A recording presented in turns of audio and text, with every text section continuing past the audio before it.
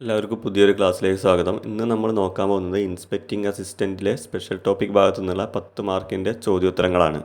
ഇന്ന് അന്താരാഷ്ട്ര അളവുകൾ എന്ന ഭാഗത്തു നിന്നുള്ള 10 മാർക്കിൻ്റെ ചോദ്യോത്തരങ്ങളാണ് നോക്കുന്നത്. നമ്മൾ ഓരോ ദിവസവും ഓരോ ടോപ്പിക്കിൽ നിന്നും ചോദ്യോത്തരങ്ങൾ നോക്കിയിട്ട് പോകും.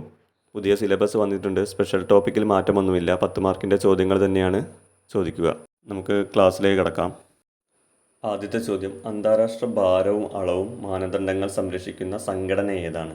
Options: A UNESCO, B WHO, C BIPM, D ISRO. ഓപ്ഷൻസിൽ എളുപ്പം നിങ്ങൾക്ക് ആൻസർ ചെയ്യാൻ പറ്റും.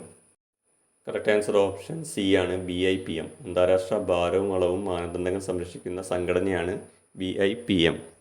BIPM എന്ന് പറഞ്ഞാൽ international bureau of weight and measures എന്നാണ്. BIPM എന്ന ഒരു ഫ്രഞ്ച് നെയിമിൻ്റെ എക്സ്പാൻഷനാണ് വരുന്നത്. അടുത്ത ചോദ്യം, SI യൂണിറ്റുകളുടെ പൂർണ്ണ രൂപം എന്താണ്? Option A system international, B system international D units, C standard international, D scientific instruments. ഇതിൻ്റെ കറക്റ്റ് ആൻസർ വരുന്നത് option B, system international D units. SI എന്നത് ഫ്രഞ്ച് വേർഡിൻ്റെ എക്സ്പാൻഷനാണ്, അതാണ് ഓപ്ഷൻ ബി വരുന്നത്. നമ്മൾ കോമൺലി പറയാറുള്ളത് ഇൻ്റർനാഷണൽ സിസ്റ്റം ഓഫ് യൂണിറ്റ്സ് എന്നാണ്. അപ്പോൾ ഇനി ഓപ്ഷനിൽ അതാണ് ഉള്ളതെങ്കിൽ അത് കൊടുത്താൽ മതി.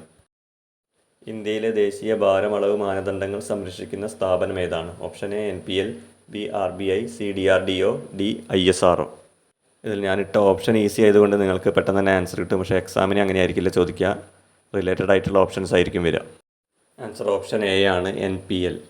NPL നിങ്ങൾ പഠിച്ചിട്ടുണ്ടാവും, നാഷണൽ ഫിസിക്കൽ ലബോറട്ടറി, അതാണ് full form.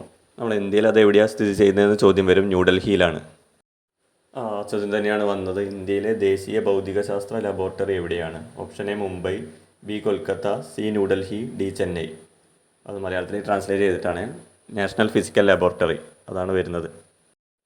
Option C New Delhi. ഇത് ഓർത്ത് വെക്കുക, ഇതെന്തായാലും ചോദിക്കാൻ സാധ്യതയുള്ള ഒരു ചോദ്യമാണ്.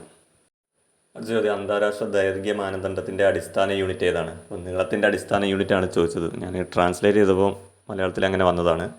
അപ്പോൾ ആൻസർ നോക്കുക.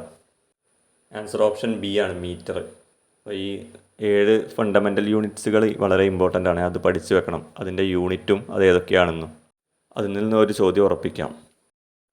അടുത്ത ചോദ്യം, ഭാരം അളക്കാനുള്ള SI യൂണിറ്റ് ഏതാണ്? Options A gram, B kilogram, C ton, D milligram. ഇതൊക്കെ നമ്മൾ പൊതുവേ പഠിച്ചു പോകുന്ന ബേസിക് ആയിട്ടുള്ള ചോദ്യങ്ങളാണ്. ഇനി നമുക്ക് അങ്ങോട്ട് പോകും തോറും ലെവൽ കൂട്ടി നോക്കാം.